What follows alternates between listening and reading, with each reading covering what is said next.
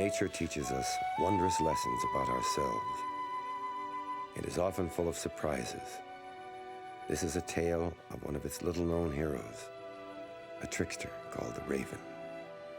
Scholars label it the brains of the bird world. It is so clever, social, and adaptable that it's almost human. We can learn from this raven. Often, it is just a question of watching and waiting. We never know what might happen.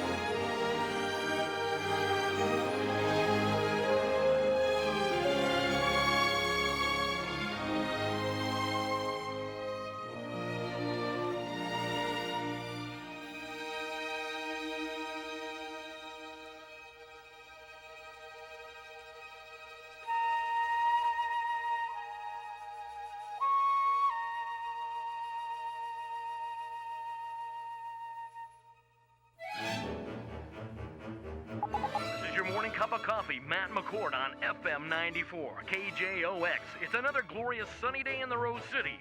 We're waiting and watching with the rest of the nation and all its animals for today's controversial Raven hearing at the Department of the Interior.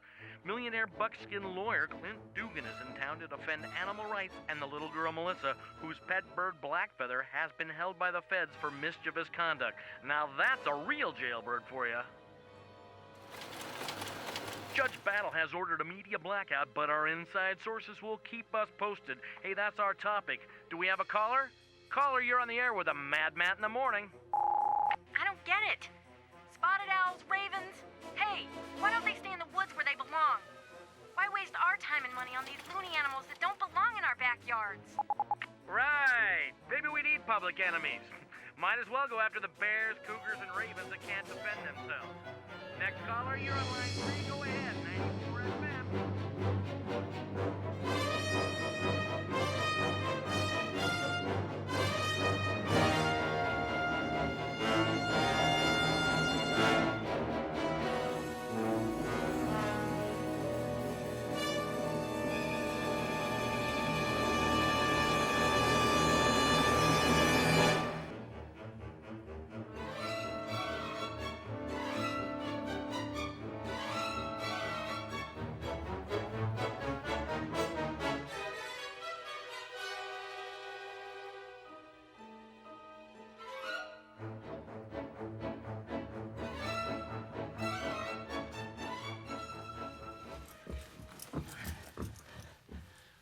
Mr. Dugan.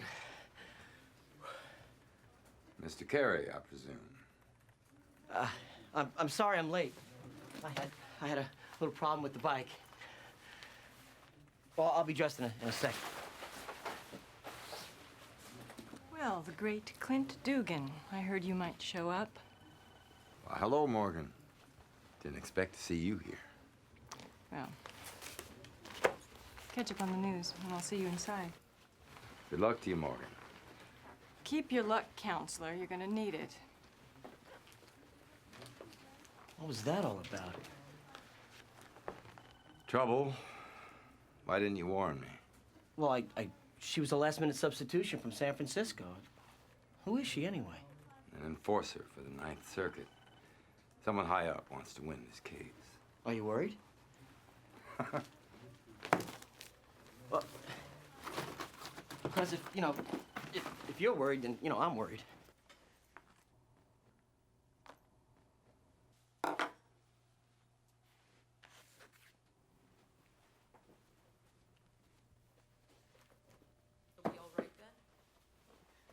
Patty, Melissa, Ray, I want you to meet Mr. Clint Dugan.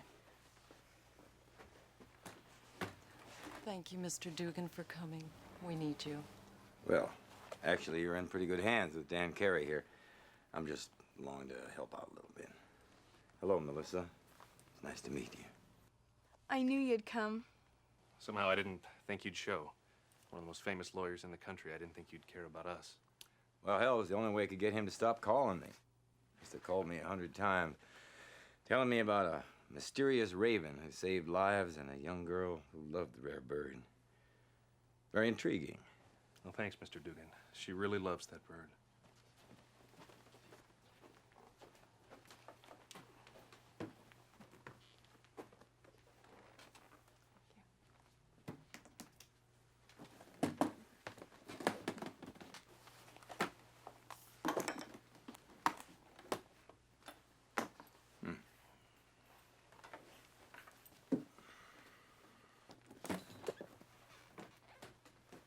All rise. Court is now in session. The Honorable Judge Emmett G. Battle presiding.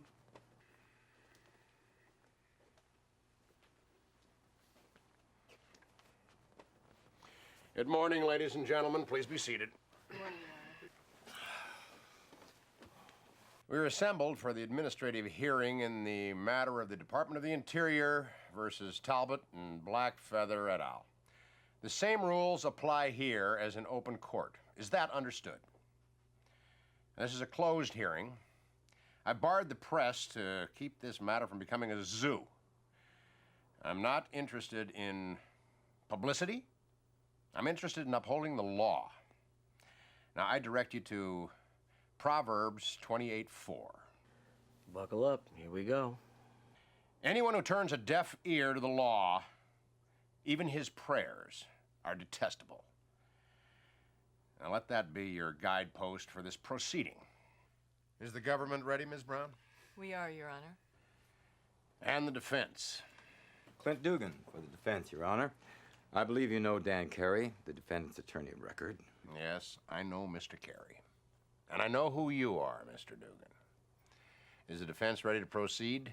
Frankly, Your Honor, I don't see how we can. The most important party to these proceedings is not present. And who might that be, Mr. Dugan?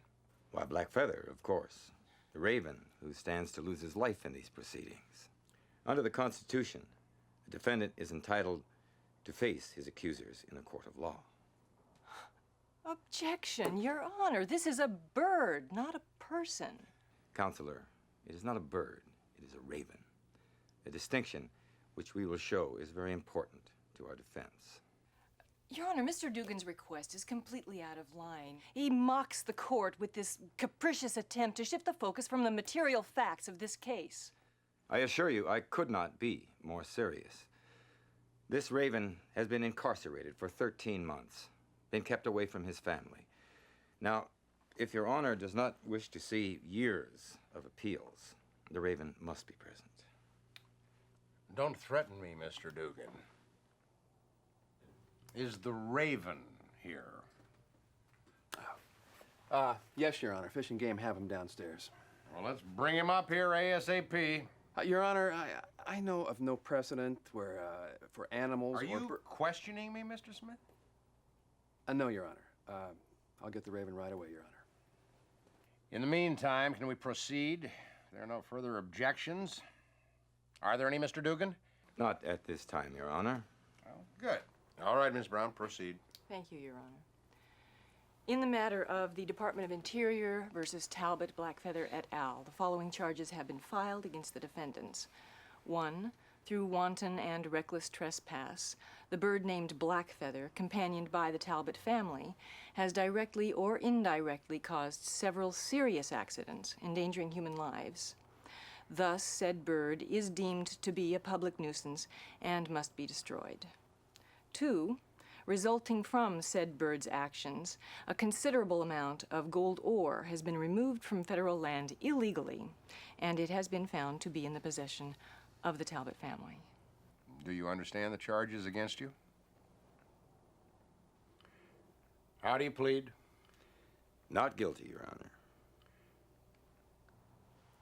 The government calls Melissa Talbot. Blackfeather! Judge, may I please say hello to him? Please? Very well, but let's make it fast.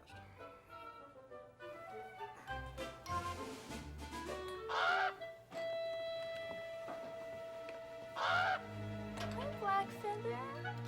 How are you? Hey, cutie, I missed you. Okay, let's not make this more of a distraction than necessary.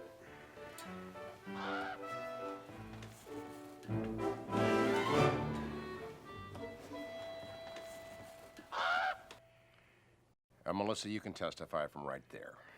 Raise your right hand, please. Do you solemnly swear to tell the truth, the whole truth, and nothing but the truth, so help you God? I do. State your full name and your age. Melissa Ann Talbot. I'm 13 years old. Hi, Melissa. Are you comfortable? Do you need any water? You're kind of nervous, huh? That's okay. All I want you to do is just tell everybody here in your own words how all of this got started. There was a raven who had a home not far from our home. And even though it flew over our place almost every day, no one ever noticed it except me. The raven had a nest with a baby high in a tree. That baby was Blackfeather.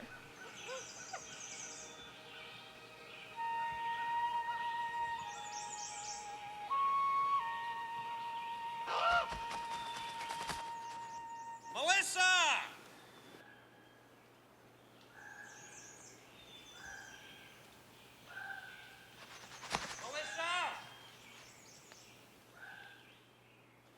Melissa!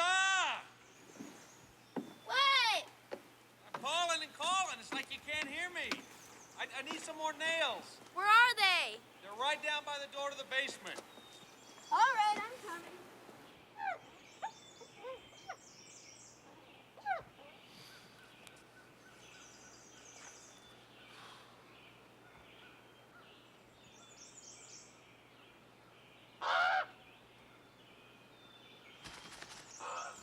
Come on, Melissa, keep it moving. Time is money. We don't get paid for daydreaming.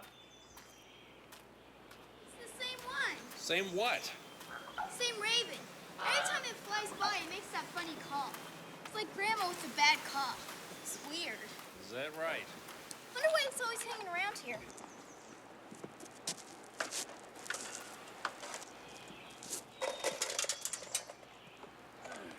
I want you to get the paint and work on the sign again. I knew you were gonna say that. Well, we got to get it finished. The sooner the better. I want you to keep an eye on the llamas. They've been straying lately. You hear me?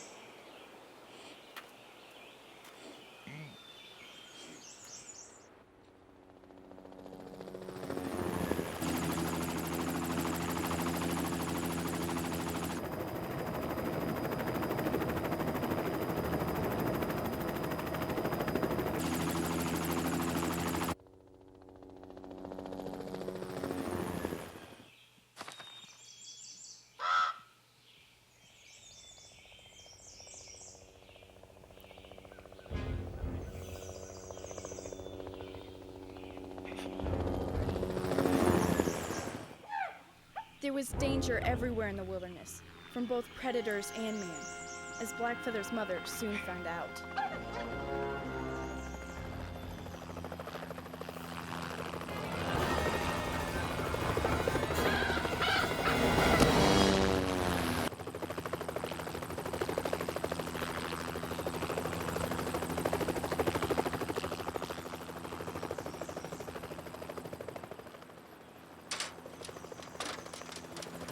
Because we live so far out, people rarely stop by to see us. And they never came in helicopters. So that should have been all the more reason to be excited about this visit. But for some reason, these smiling visitors made me feel uneasy. Especially the one in the hat. Hey, Ray. How are you? Good to see you again. You too. How you doing? Good. Hey, George? Hi. Made a lot of progress here, I see. Yeah. So you're still glad you moved up here then? Well, there's no turning back now. I see you got yourself a little helper since school got out, Yeah, huh? Melissa, get back to work, okay?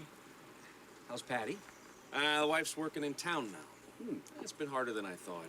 I hope to have the place up and running before fall, though, if I can scrape together enough money. She should be home soon. You guys want to come in for a cup of coffee? No, that's okay. That's okay, Ray. Thanks. I got a lot lined up today. I just wanted to swing by up here and warn you about a grizzly that's been shot in this area. It's wounded. It's probably a sow with cubs. Hunter couldn't get off another shot before it attacked. So he got chewed up pretty bad. Jeez. The doctors don't even think he's gonna make it. So you just report into us if you see anything suspicious. But you get a phone up here so I can give you a call. All right? Okay. Oh, by the way, I hit a raven on the way up here. Yeah, these darn things usually get out of the way, you know what I mean? Hey, John, you should be careful about those ravens. Could bring us bad luck. Now, George, that's all story, superstition, you know that. Ray, we'll see you later. Oh, yeah. Thanks for coming. You keep your eyes open. Will do. That was the day I learned that Blackfeather became an orphan. John, you make fun of those ravens. Now, George, now don't worry about it. I told you there. It's story, superstition. You got nothing to worry about. Hey, Melissa, that's coming along. Do you like it? The tea's kind of big.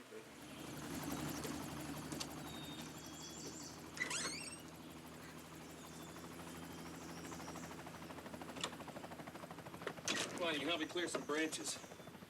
Don't you want me to finish? First I want to finish cutting the logs for the third tourist cabin. Otherwise, that sign's not going to do us any good. Daddy never wasted time saying please when asking me to help him. In fact, he never asked me to do anything. He just ordered. Come on.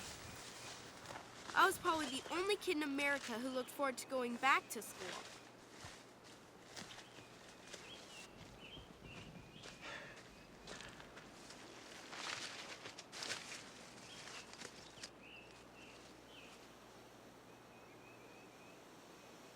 That's one of the trees I tagged last winter. That's a big tree. There's enough lumber in that one to frame a new cabin.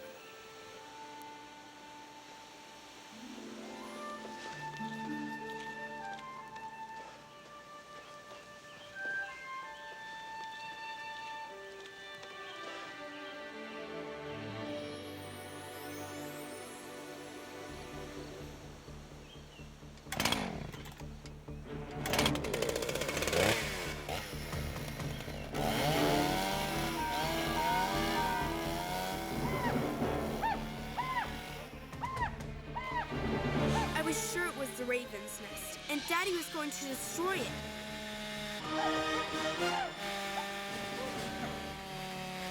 I had to tell him. Daddy, there's a nest! Melissa, get back now, go!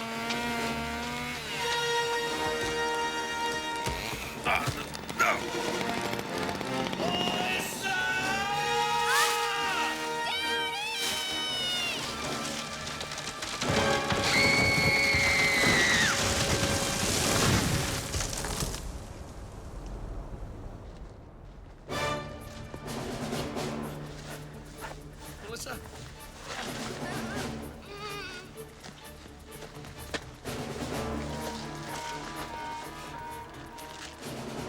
Melissa! Melissa! Melissa, are you okay? Melissa! No! Ah! Melissa! Melissa! That's Daddy. The nest. Nest?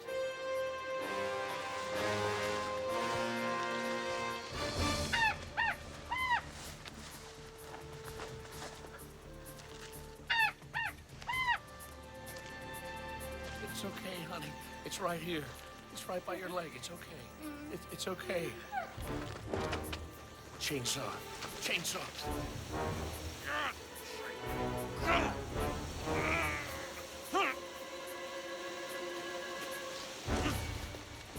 I'll be back, honey. I'm going to get help.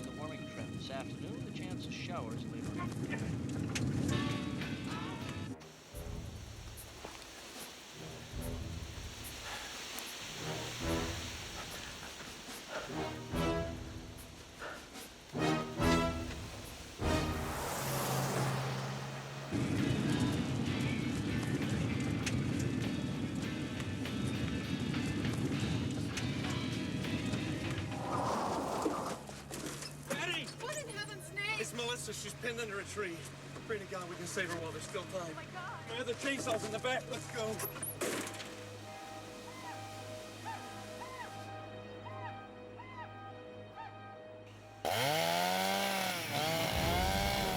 Melissa, can you hear me?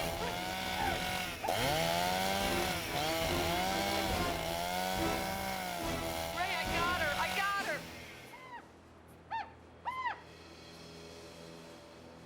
You're gonna be okay. You're gonna be okay. Melissa, can you hear me? Can you hear me?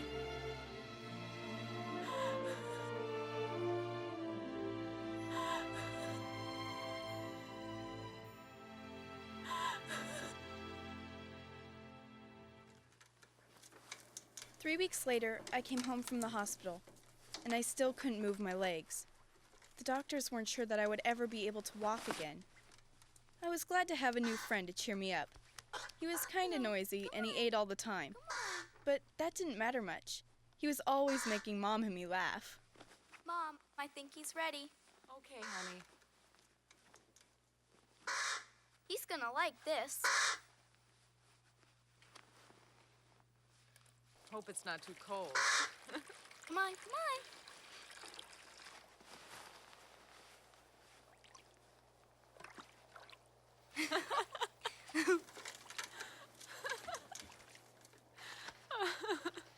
He really is cute. Gotta see this. Yeah. Let me get the phone hooked up. Daddy, he's gonna quit doing it.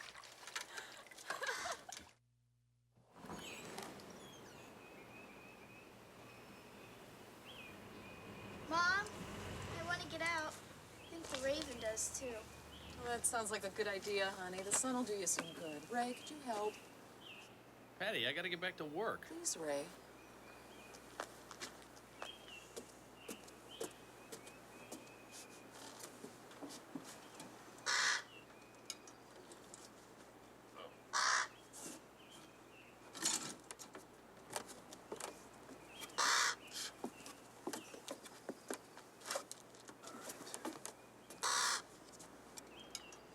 Thank you, Daddy. Yeah, don't mention it. My father's dislike of the Raven got worse. He seemed angry and distant toward me and Mom. I just kept hoping I'd get better so he'd stop being mad all the time. Mom, on the other hand, grew to like the Raven more and more. I think she knew how important this friendship was to me. Mom, this is good. Call when you want to come in. Thanks, Mom.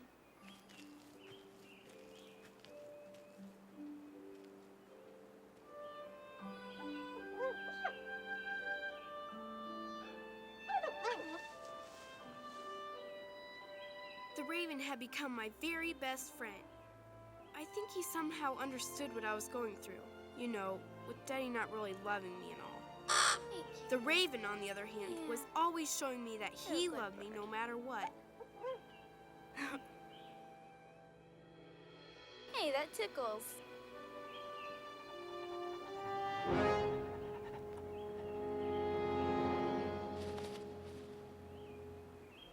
Don't go far. You can't fly yet.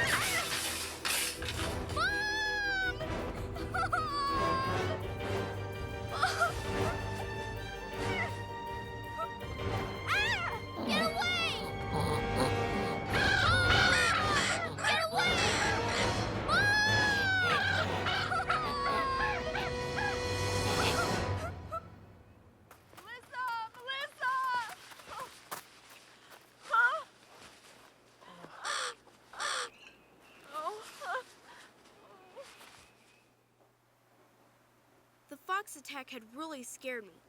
First, because I'd almost lost my best friend, and I couldn't bear the thought of that. And second, because I'd hurt myself even more when I fell out of my wheelchair. Things just seemed to be getting worse and worse. Except for my Raven's appetite, of course. It just got better and better. He never seemed to let anything bother him. Almost like he knew. Melissa? Hi, Mom.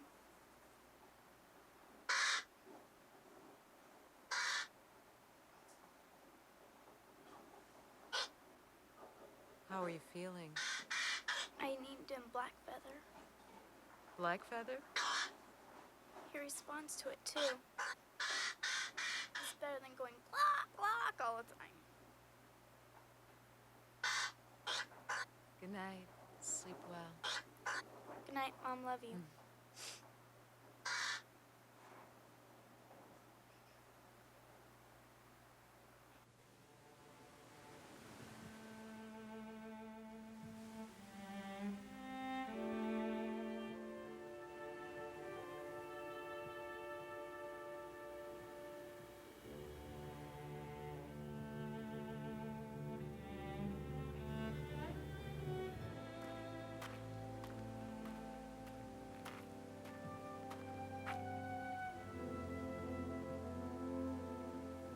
How's she doing?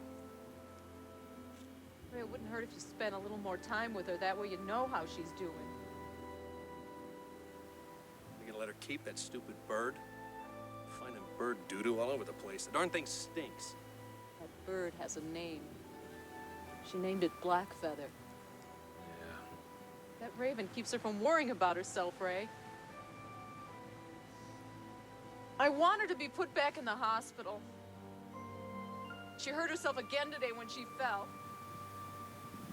We're broke. I can't even pay for the existing medical bills. I just pray to God that she won't be permanently paralyzed. You've always been selfish.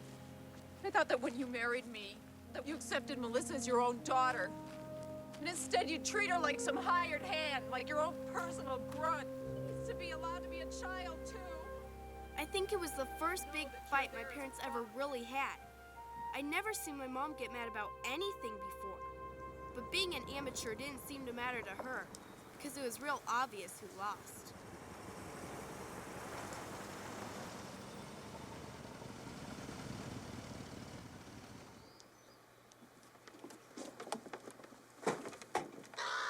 Hi, Sandra.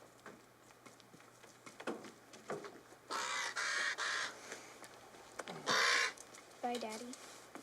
I'll be back soon. Just know I will.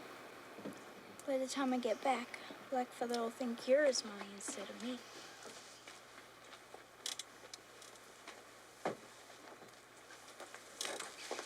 I think it'll remember. And like you said, you'll be back soon.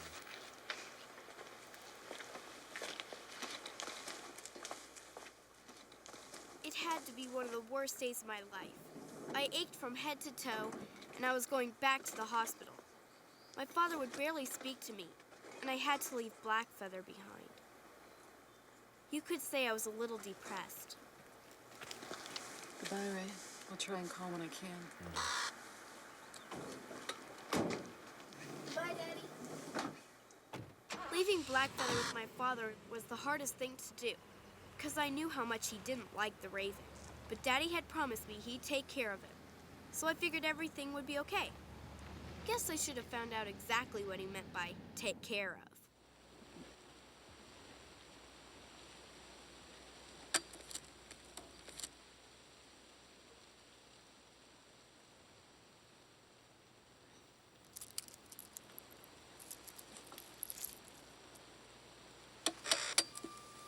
Get lost. I fed you an hour ago. Beat it.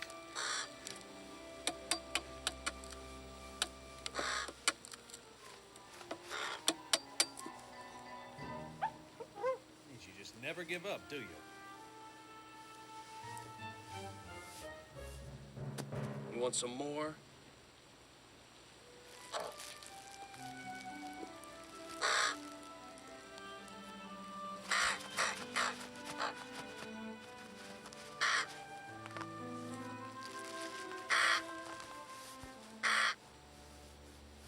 And what's my payback, huh?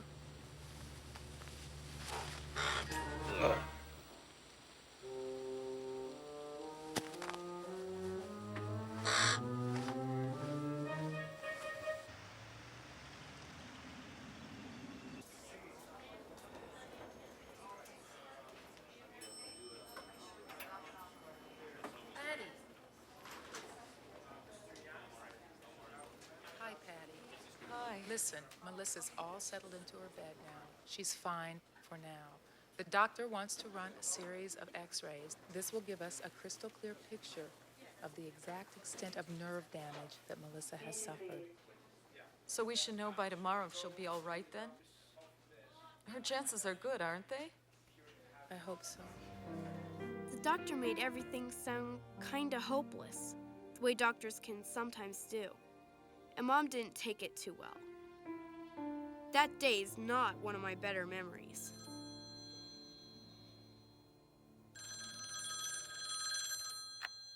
Hi, this is Ray Tolbert. Leave a message. Ray, I just talked to Melissa's doctor. She's not doing well at all. Ray, there's a 50-50 chance she'll never walk again.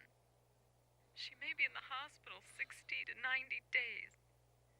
Please call the hospital. I need to talk to you. I know the cost will be hard to handle. Bye. One of Daddy's most endearing habits was the way he blamed everybody and everything else for his own mistakes. So who could be surprised when he put all the blame for this mess on Blackfeather?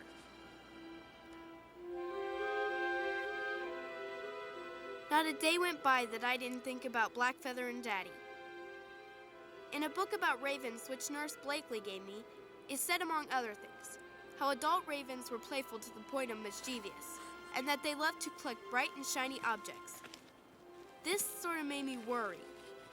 Blackfeather would be almost full-grown by now, and I couldn't see Daddy's quick temper and a playful feathered pack rat being a very good combination, even in the best of times.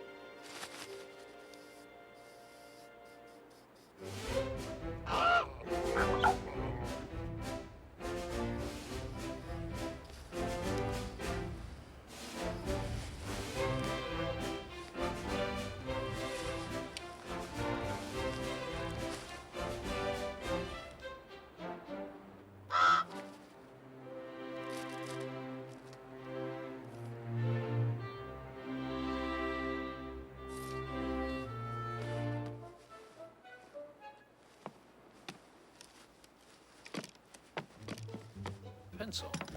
Pencil. I can't find anything.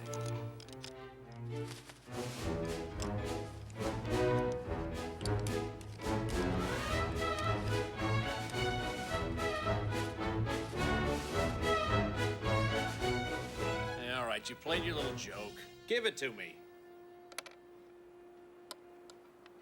I'm gonna count to 3. 1, 2. You feathered maggot.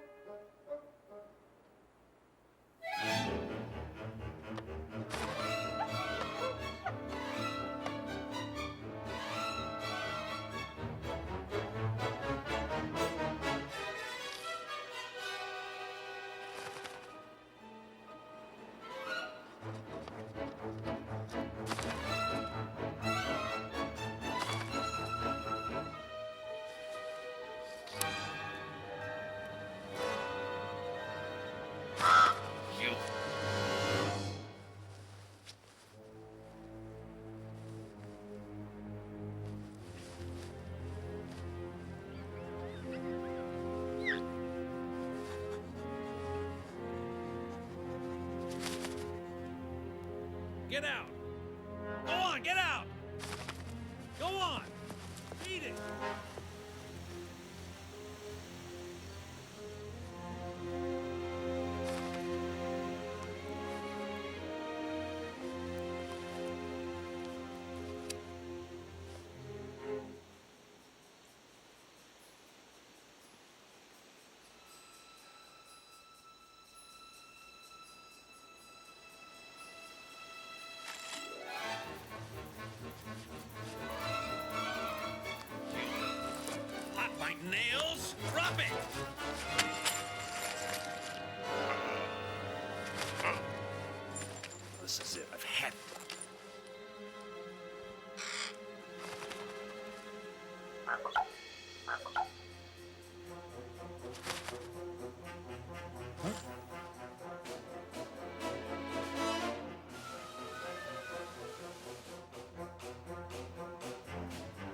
Not my cigarette.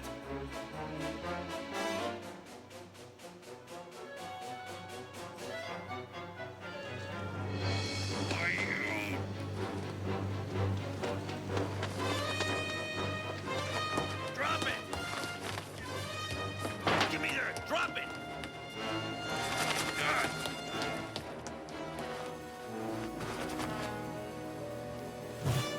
No!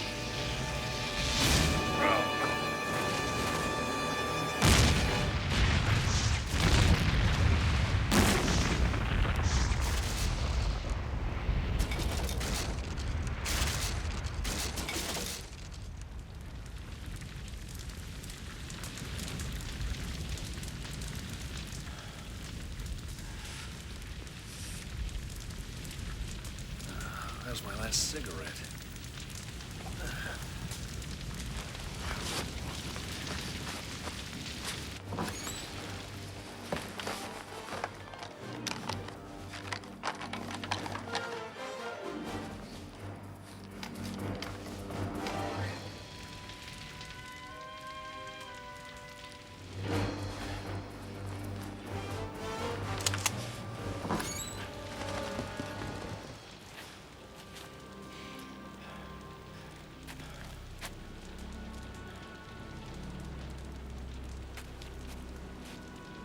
Where are you? Come on out!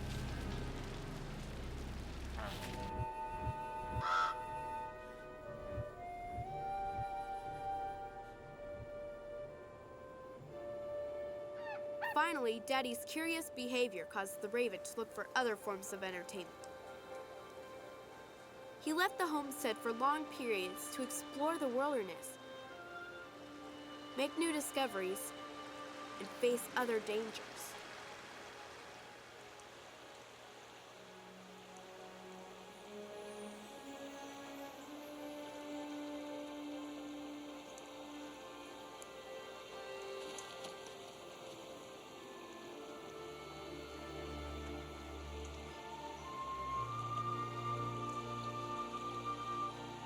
Shiny things always caught Blackfeather's eye, and when he saw a gold nugget in the stream, he just couldn't resist, no matter what the danger.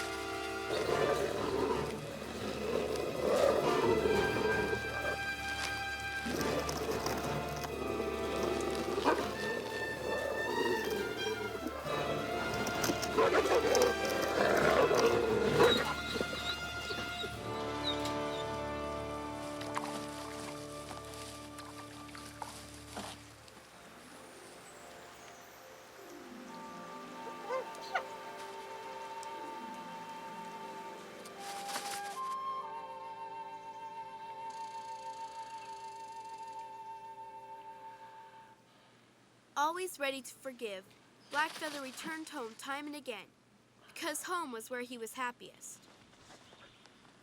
Unlike the Raven, my father rarely forgave, and he never forgot. Unknown to any of us, Blackfeather had a secret place all his own, a place he could decorate with all the sparkling treasures he'd collected, a place he could go to escape Daddy's temper tantrums, a throne from which he could view his kingdom in perfect safety.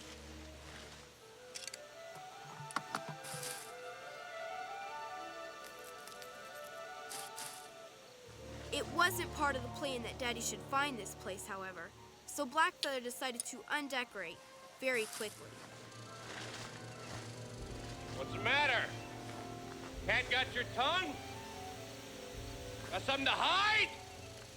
Huh?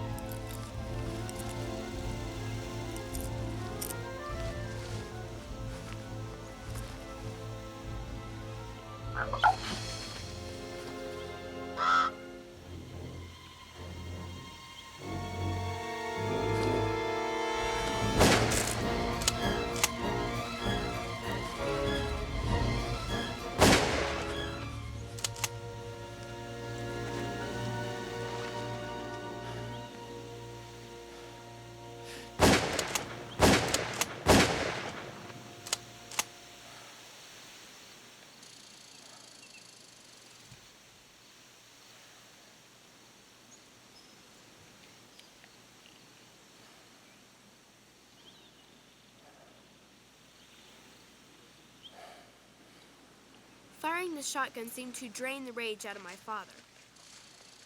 A little voice within him grew louder and louder, and he began to regret letting his temper get the best of him, especially when he discovered one of his potshots may have hit Blackfeather.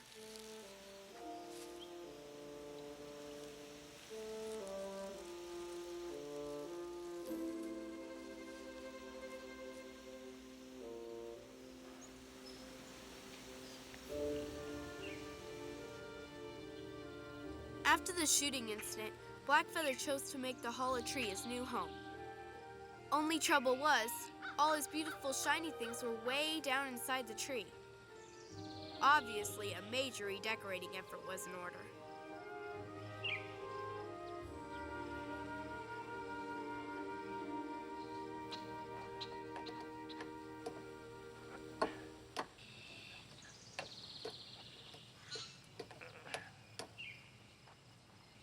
During one of his outings, the Raven decided to make a detour into our yard.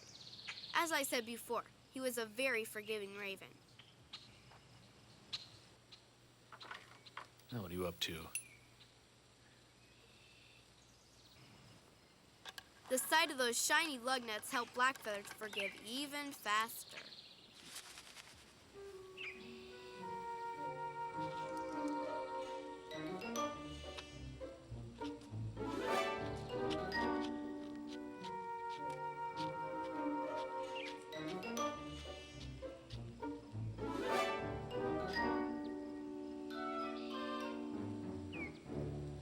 Caught up in the excitement of finding a bright new plaything, the Raven let his guard down.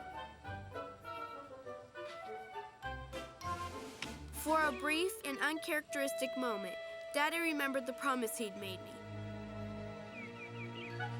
which was just enough time for Blackfeather to exchange one toy for another while making a spectacular escape.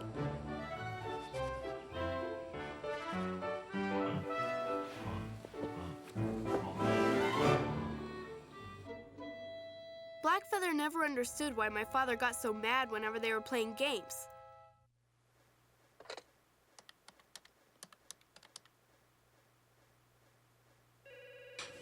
Hartman Fishing Game, Holt speaking. Hi, John. It's Ray Tolbert. Wait, John, I got a little problem. Actually, it's a raven. My little girl raised it as a pet, and frankly, this thing is ruining my life. Oh, come on, Ray. A raven? Come on. No, now, this raven is more dangerous than any wounded grizzly bear. That thing hospitalized my daughter. It caused me to wreck my truck. Almost another one. Nearly killed me. Blew up my garage. Stole half my silverware, God knows what else. And now it's got my truck keys. Now, doggone it, John. You gotta help me. Ravens are varmints. Shoot it. I tried that, and that's not an option anymore. Look, you're fishing game. Can't you just confiscate it or something? Well, technically, ravens are classified as migratory birds, and legally, you gotta have a license before keeping one in captivity. Hang on a second. That's it. I don't have any permits. Well, is it aged, Mr. Tolbert? For Pete's sake, John, just come and get it, all right? Before this place looks like a war zone. Okay. Well, just catch it, and I'll come up there later today.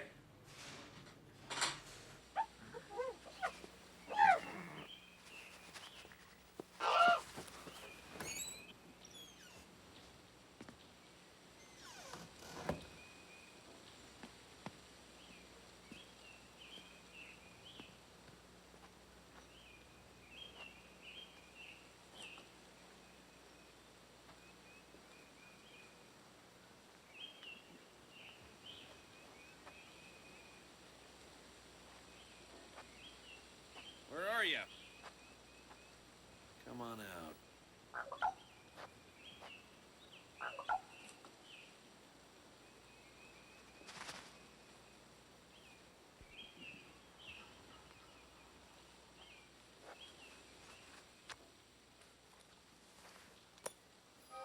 The Raven, of course, sensed that Daddy was up to something. But the sight of polished silverware was just too much to resist. That's it.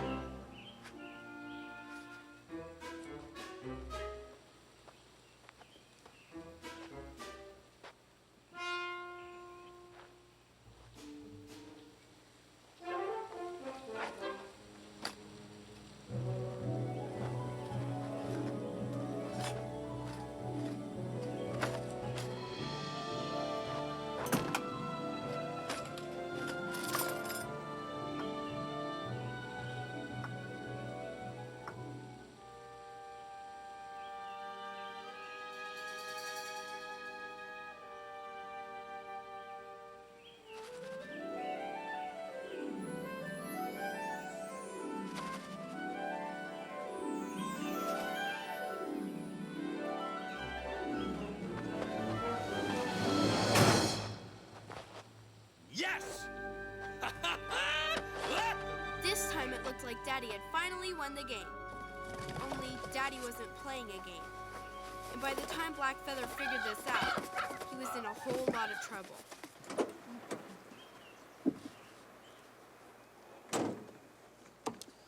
You know what they say, Ray? Don't screw with Mother Nature. So what are you gonna do with it when you get it back to town? Twist its head off? Unfortunately, not right away, no. It just so happens there's a TV personality coming into town in a couple of days. He's part of a remote live broadcast news magazine. He called the department the other day. Said he was looking for tame orphan animals to use in his broadcast. So we'll let him use the bird, and then I'll dispose of it. One less headache for me. Whatever. I'll see you later, Ray.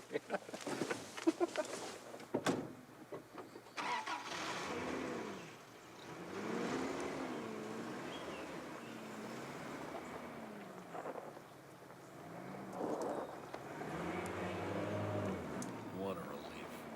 But it wasn't a relief to Blackfeather, being put in a box and all. He didn't know what to expect. It turned out to be just the first time that Fish and Game took Blackfeather away. The trouble really started when Blackfeather went into town. Up next, K&K's Alive News Hour, the show that takes you someplace new every day. Come here now. He doesn't like this. Come on, there's 8 million people watching this show. Come on. Hold still. Come on. Ow. Ow. Come on. 4, 3, 2. Well, ladies and gentlemen, we are excited to be broadcasting live outside of Anchorage, Alaska in this beautiful and very unpredictable weather. One of our guests is now making his arrival, and welcome Terrence and his pet raven, Blackfeather. That's wonderful. Thanks, Nick. Ow, ow. Wow. This is a North American raven. It's found here in Alaska and in northern Canada. Ravens are considered sacred by many cultures worldwide, and many native people in the north believe these to be endowed with supernatural powers. Is that They can be very affectionate, and they can bring good luck to people they decide to like. Huh? Beautiful. Whoa. Are you... Whoa. Hey. Whoa. There you go. Ow. Oh. Is it something that you said, or? Well, I guess so. Geez. All right. You know, they have incredible memories. They're considered to have the Larry! IQ of a 10-year-old. Hey. Yeah. Oh. Get it away from me! Get that thing! Hey! Help! Now! Somebody help! Larry! This is a fiasco! Brilliant idea, Larry! You know I almost got my eye pecked out up there! You were sensational! Our viewership is going to pull through the roof.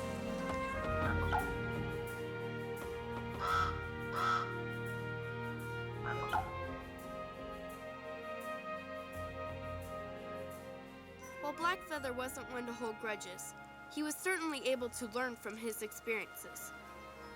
He hadn't liked that cage or the rough way those people had handled him, so he wouldn't allow himself to be caught again.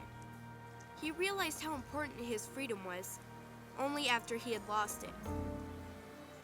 But his nature was friendly and forgiving, and just because Daddy had put him in a box didn't mean all humans would try to do so. Being selective was the key. Being selective in having pretty toys.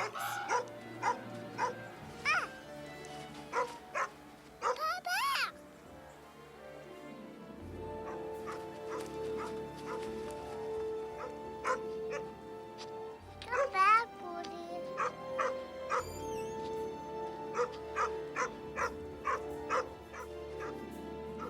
Give me my toy back.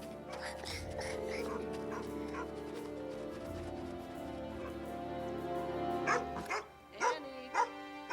Annie! Annie!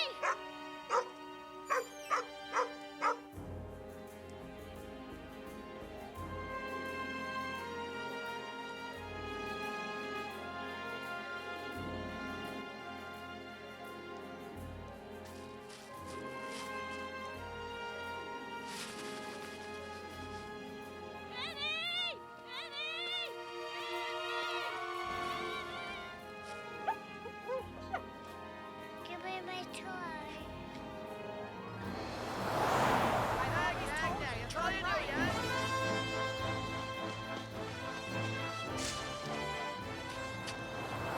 Road! Watch the road! Don't go in the ditch! Get out of here!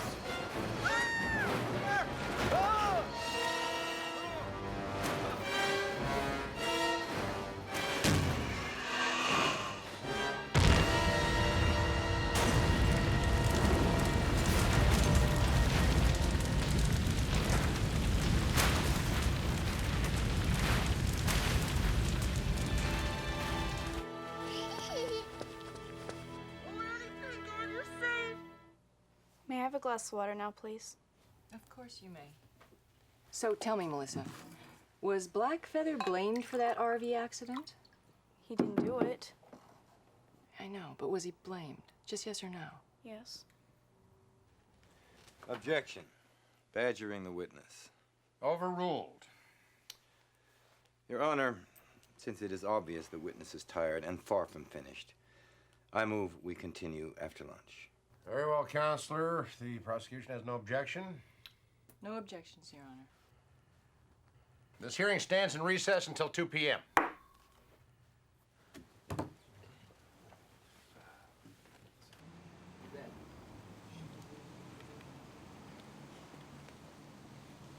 There you go, sweetheart. You bet. Now, Melissa, when you go back in there, you're gonna have to testify some more. You gonna be okay? Sure. Good girl. Dan, Mm-hmm. why do they want to hurt Blackfeather? He's just a raven. One word. Precedent. The law is based on precedent. If your raven goes unregulated, then other animals, wild animals like cougars or bears can go unregulated. And somehow that could affect the hunting and fishing laws, and that's a pretty big thing in this country. Well, that doesn't make any sense. Makes sense to the government. That's why we have to convince this judge to act from his heart, not just parrot the law. No pun intended. So how do you think we're doing so far? Well, so far we're helping them win their case. Now I'm trying to access some ammunition, but this expensive doorstop here just won't cooperate. My secretary, she talked me into bringing this along, said it'd make things easier, but it just keeps fighting back. Here, I know how to work one of those. My girlfriend has one just like it. What do you want it to do? Boy, the world sure is changing. Okay, here's what I need. All right, ladies and gentlemen, we're back in session. Let's proceed with the government's case. That won't be necessary, Your Honor. The defense stipulates to all charges. We admit the bird has been a public nuisance and that gold was taken from federal land. And the defense calls for a directed verdict in its favor at this point, Your Honor, because it's warranted. Directed verdict? Motion is denied, Mr. Carey. I don't know what you boys are up to, but I'm not gonna let you make a joke of this hearing. We also strenuously object to this ploy by Mr. Dugan. This stipulation exemplifies his usual courtroom prestidigitation. Overruled, Miss Brown. I'm going to allow the stipulation on all charges for expediency. The government's case is at rest now. And you, Mr. Dugan, I think I'm going to give you just enough rope to hang yourself. There will be no directed verdict. Well, if you've got something else, it better be good. Thank you, Your Honor. The defense recalls Melissa Talbot. Melissa, let me remind you that you are still under oath. Okay, Melissa, please tell us what happened to Blackfeather and to your family after the RV accident.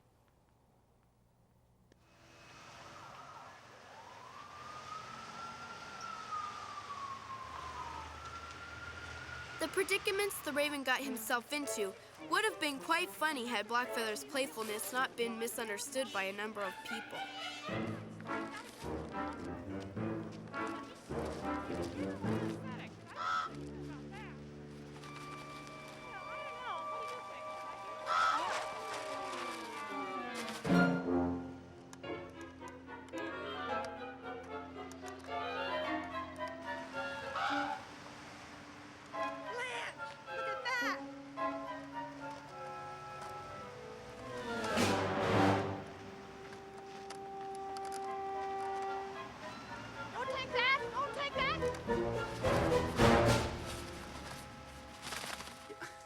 I know we should have kept possession of the bird. Even the wild ones are becoming a nuisance. They're all varmints. All right. Yeah, we'll take care of it immediately, yes. Thank you for calling, sir. Right now, it's over at the grocery mart on Aurora. What are you gonna do, John? You'll find out. Just please don't do nothing stupid. George, I look like I'm gonna do something stupid.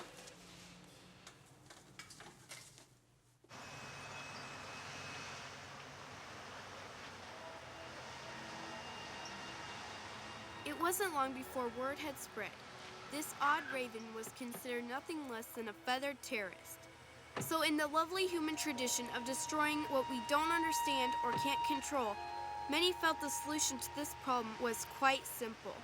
The Raven, it's got my glasses. All right. You just stay out of the way. Let us take care of it. Everyone step back. Everyone step back, please. Step back. Lower your aim just a little bit. All right, just step back. John, they're federally protected. Now you've done it, George. I won't be able to get within a mile of them. Shooting a fly. He's making it easy. They all roost together at the O'Laughlin warehouse on Connect River Road. What are you going to do about it? You'll find out. I'll have nothing to do with it. Okay, George, suit yourself.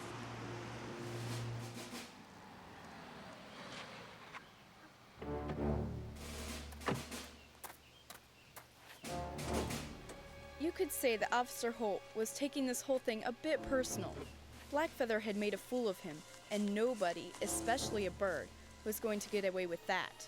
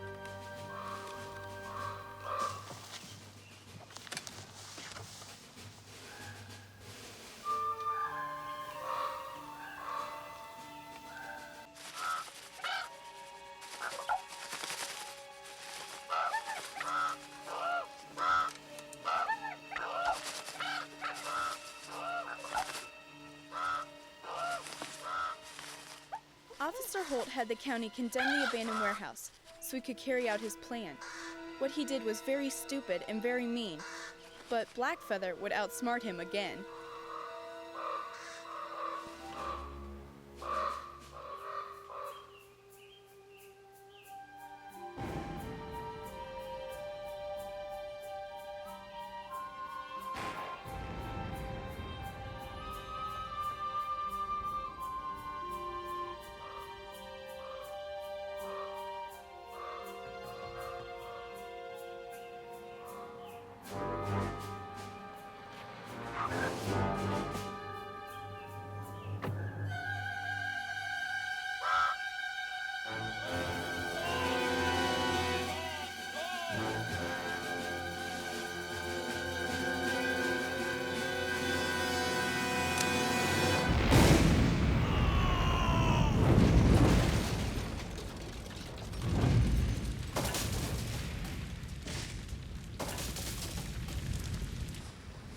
Why'd you do this? I'm not gonna let some little blackbird who's out of control make a fool out of me. This is my solution to the problem. They don't deserve this. Well, it's a little late now, isn't it? Back off. What I do on my own time is none of your business. To George, the crime his partner had committed was the worst imaginable. His people considered the Raven a creature of holiness. To destroy such a life was unthinkable. Fortunately, Holt had underestimated one member of the flock. Blackfeather.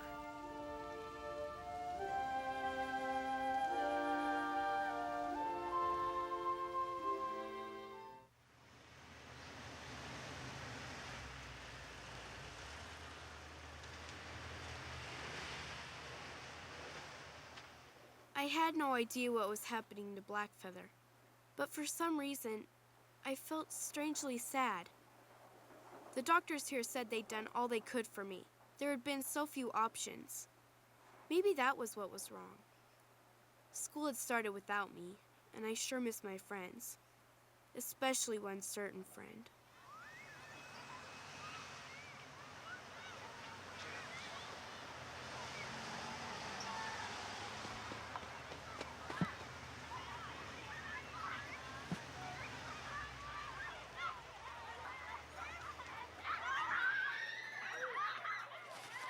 There were stories from my school friends about a mysterious raven who made regular visits to the schoolyard and did some incredible things. We all knew who it was.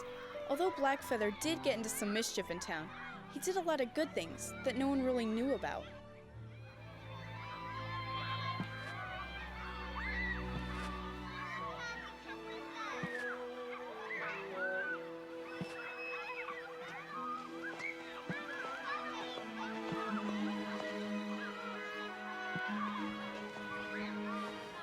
Hey, Billy, see if you can catch this.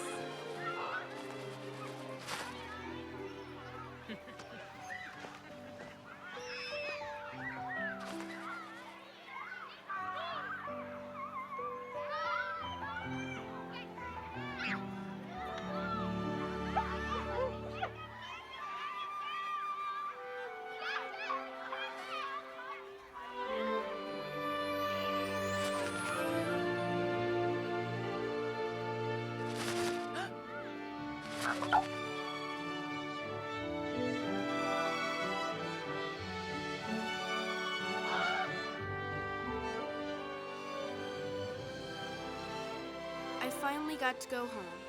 Nothing more could be done by the people at the hospital. And that's when I began to realize that now it was up to me. I could complain about what was wrong in my life and sit around feeling sorry for myself. Or I could focus on the good and believe that somehow I could make it even better. It was just a matter of believing.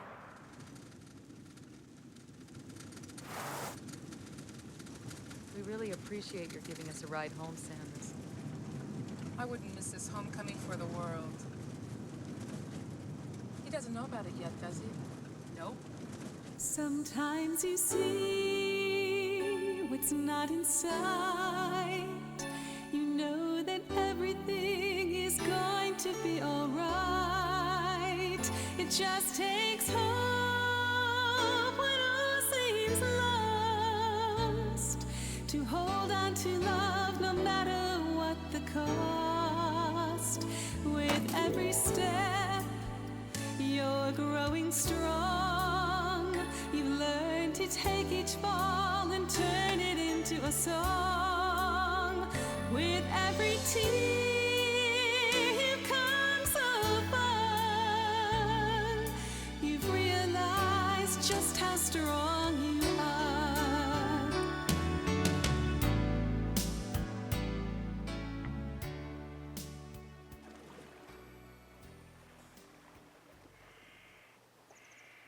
My homecoming was not quite what we expected, but I really thought he'd be happier to see me.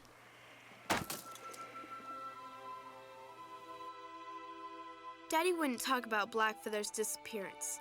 I think he must have started to like the Raven and was hurt when he flew away. I figured He was always meant to be wild, so I was happy he was where he should be. But every time I heard a raven caw, I couldn't help but look up, hoping it was Blackfeather and he'd come home. But it never was.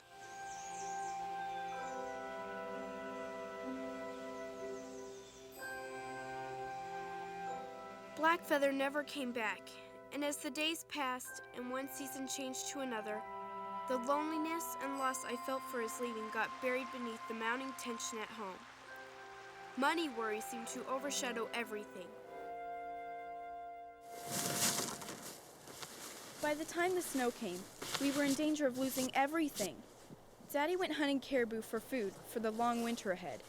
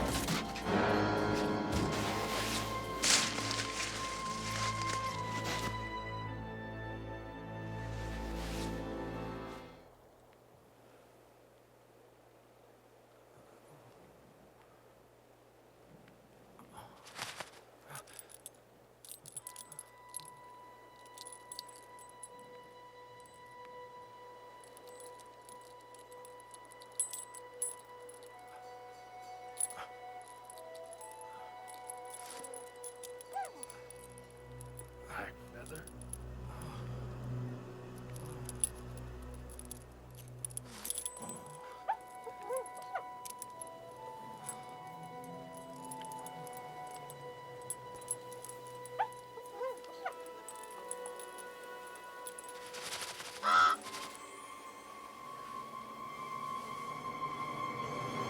How Blackfeather was able to find those keys in the wreckage is a mystery to this day. They might have been knocked loose on impact, or perhaps his love of shiny collectibles was so overpowering that picking through a fried snowmobile meant nothing to him. However he'd managed it, though, it was obvious he considered them the ultimate prize.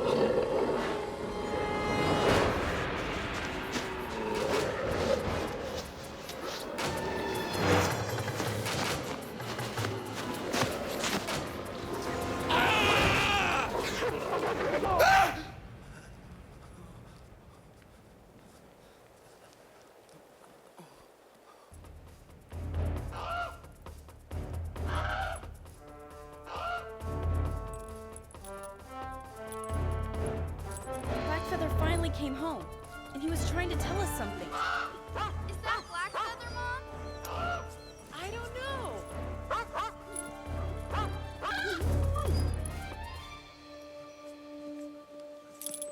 What on earth?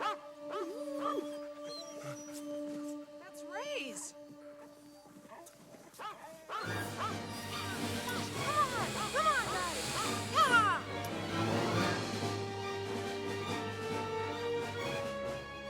It was sure lucky that Miss Blakely came over that day to show us her sled dogs. After Mom and Miss Blakely helped me into the dog sled, we took off to find Daddy. We were scared that something terrible had happened. We followed Daddy's snowmobile trail as far as we could, and when the trail disappeared, Black Feather led the way.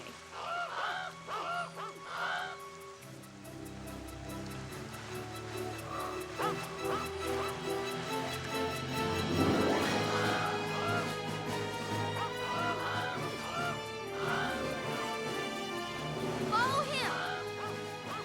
Follow him! Up. That's it, come on. There he is! There he is! Whoa, whoa, boys, whoa! Daddy! That's Daddy! Daddy! Ray! Ray!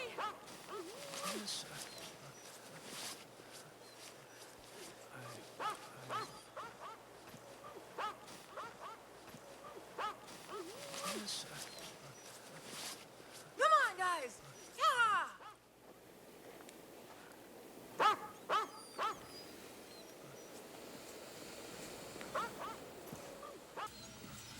We were so happy to find Daddy okay, and Black Feather had come back. But there was still something in store for us that day, something we'd never forget.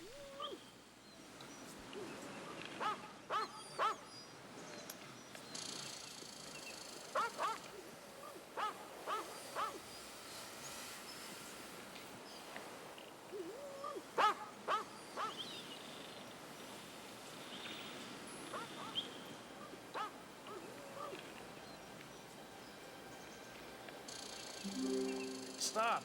Stop. Stop. Oh! Ray, what is it? There's a spoon in that tree back there. Oh, I see it! Hey, I see it too! It's more than a spoon. Sandra, look up there!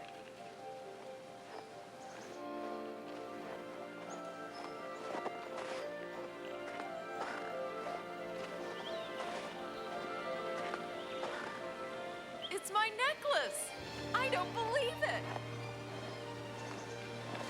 What are you doing? I'm gonna cut it down.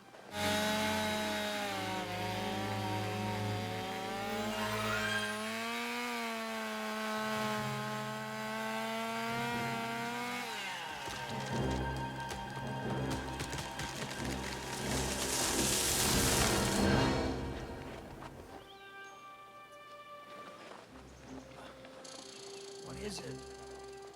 Patty? Black Feather not only led us to Daddy, but also to his secret hiding place, the hollow tree where he had hidden all the gold that he had found. He wanted us to have it. Oh, whoa, careful. This must be Black Feathers. Black feathers? It's a fortune. And I know who to thank. I do too, Daddy. This is wonderful.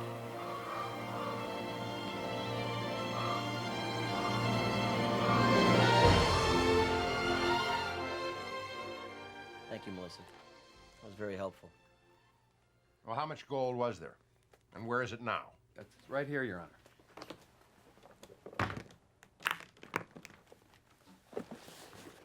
Government Exhibit A. 688.4 ounces. Worth approximately $270,000. Just a sample, Mr. Smith. That'll be enough. Yes, Your Honor.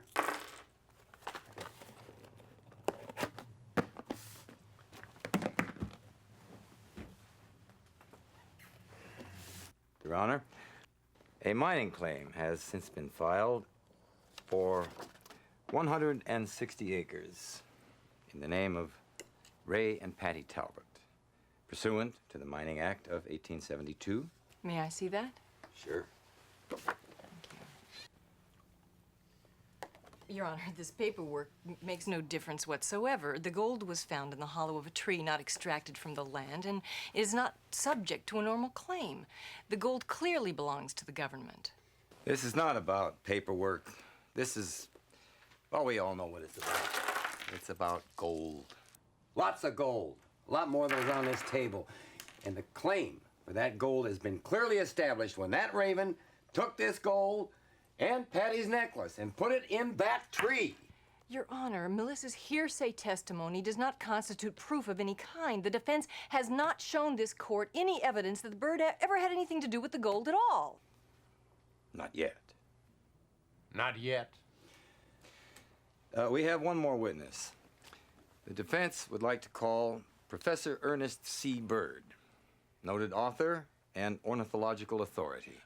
Objection, Your Honor. This witness plays no role in the material facts of the case. Defense has stipulated to the charges. The law is clear. What's the point? May I remind the court that at the heart of this case, it is a human thing. The love of a young girl for her beloved pet. We are here to seek out the truth, to find compassionate justice, not mere blind compliance to the law. And this witness can help us find that truth. Mr. Dugan is belaboring this issue. Let us not forget the fact that had this been a bear or a cougar or some other wild animal that had endangered human lives, that animal would have already been destroyed. This is not just another wild animal. It is a very special being. Mr. Bird can help us establish that. Sit, Miss Brown. All right, Mr. Dugan, you can call your witness.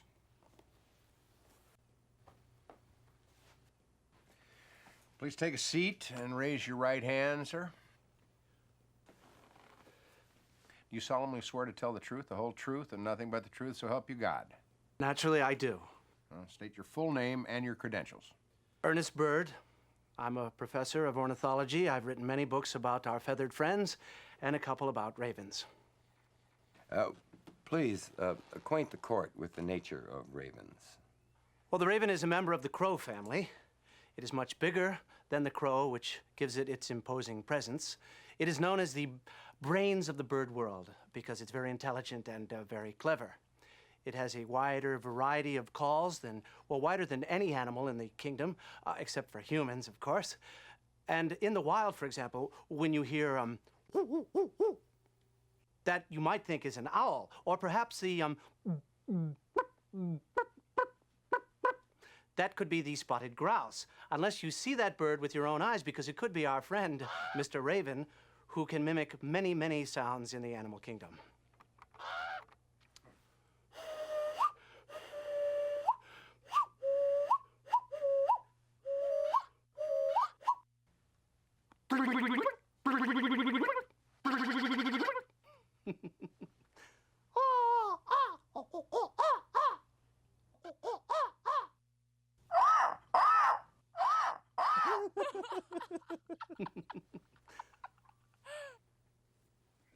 You see, Judge, they're very social and very adaptable creatures. They just make wonderful companions. They live to be about 70 years old or so, and they have a hobby. They love to collect things, bright, shiny things they love. Oh, these are remarkable little fellows. Is there any particular significance between ravens and people? A significance? Oh, yes, they do, indeed. Did you know that it was the raven that Noah sent from the ark to see if the rains had stopped? I bet you didn't. And also the American Indians thought that the raven, well, had the souls of their ancestors. They regard the raven as guardians. Objection, Your Honor. I love folklore just as much as the next person, but I fail to see the relevancy here. Are you going somewhere with this soon, Mr. Dugan? Yes, Your Honor. A little more indulgence, please. Professor Bird, in your expert opinion, is it possible for Blackfeather to have developed a bond or relationship with Melissa? Oh, don't you know it? You see, ravens mate for life, unlike us fickle humans, and they often bond with people for life. One person, one raven. They like to bear rewards and protect that special person. And for Blackfeather, I think that Melissa is that very special person. This relationship is very unique, one that's never happened to me.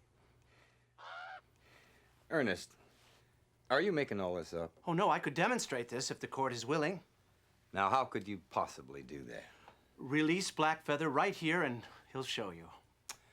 I call for the immediate release of the bird, Raven. Objection, Your Honor! It seems Mr. Dugan wants to erect a circus tent and have us all blithely follow him inside to applaud this sideshow. Overruled. I haven't been to the circus in a while. All right, Mr. Dugan, release the defendant.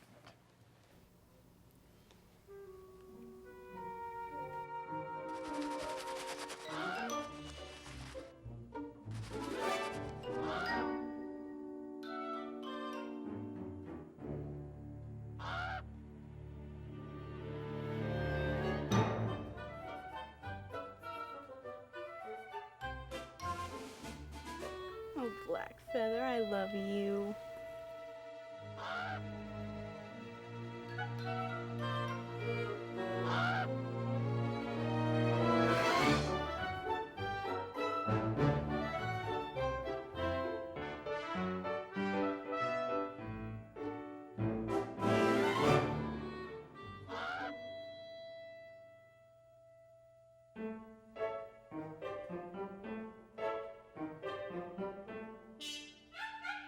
Oh, Blackfeather.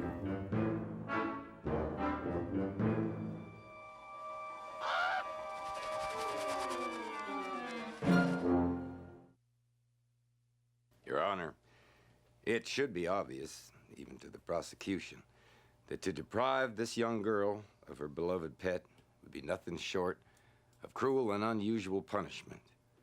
These two have a special bond. I refer you to Kings, chapter 17, verses 2 through 6. And the word of the Lord came unto Elijah. I have ordered the ravens to feed you. So he did what the Lord had told him, and the ravens brought him bread and meat. Yes, that's not exactly the way it appears in Kings, but your point will be noted. I'm ready to pronounce judgment. Will the defendants please rise?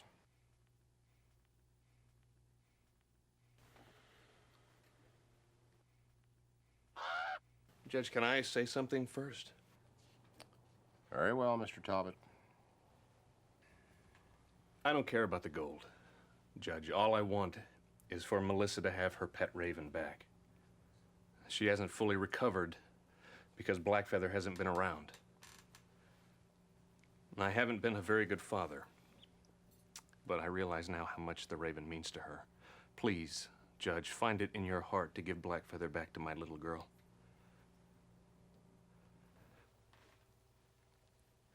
Melissa, I have made some big mistakes, and I am sorry. But I'll make it up to you, honey, I promise.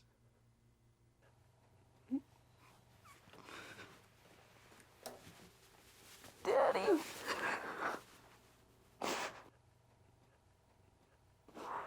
I love you, Daddy. I love you too.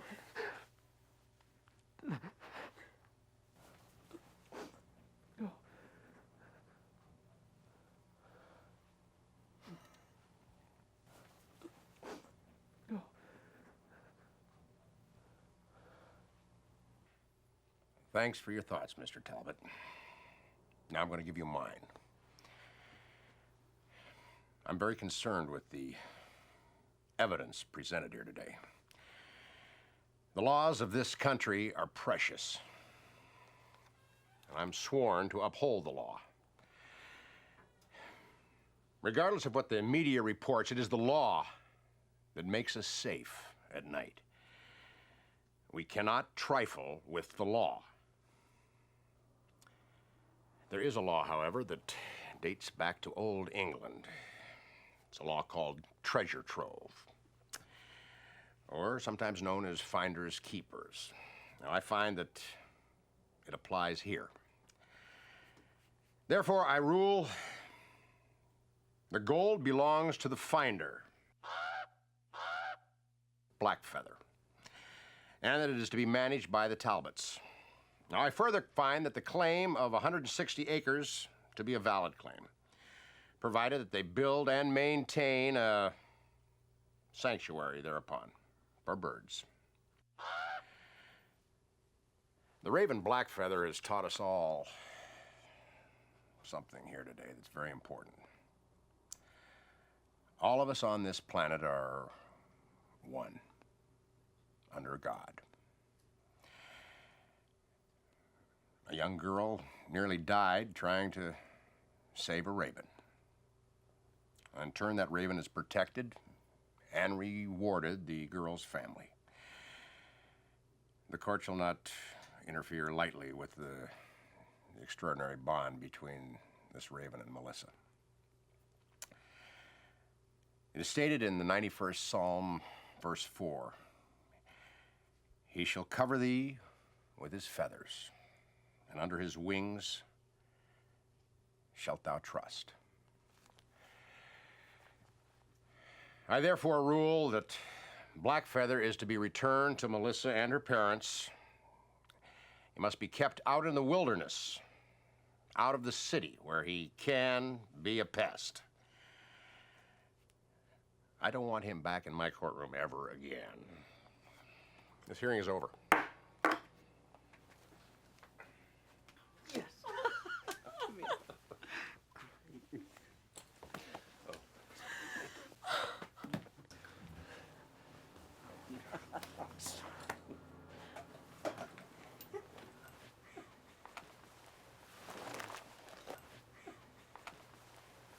I didn't think you even owned a Bible, Dugan.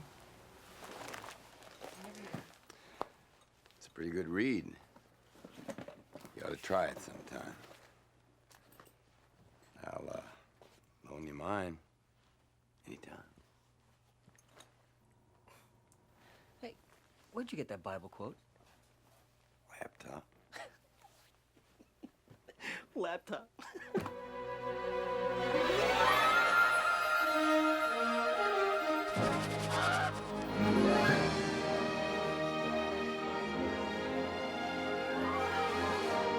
We can learn from this raven. Often, it is just a question of watching and waiting. We never know what might happen.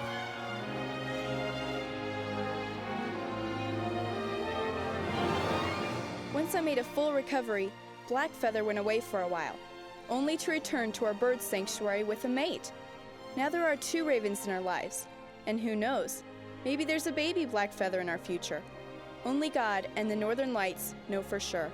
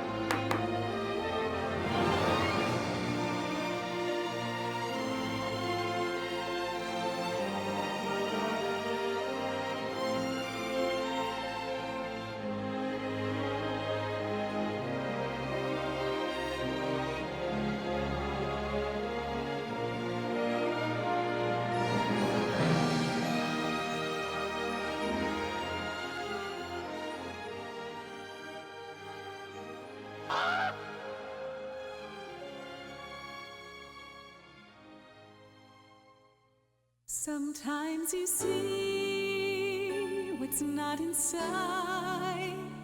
You know that everything is going to be alright. It just takes hope when all seems lost, to hold on to love no matter what the cost. With every step, you're growing strong. You've learned to take each fall and turn it into a song. With every tear, you've come so far. You've realized just how strong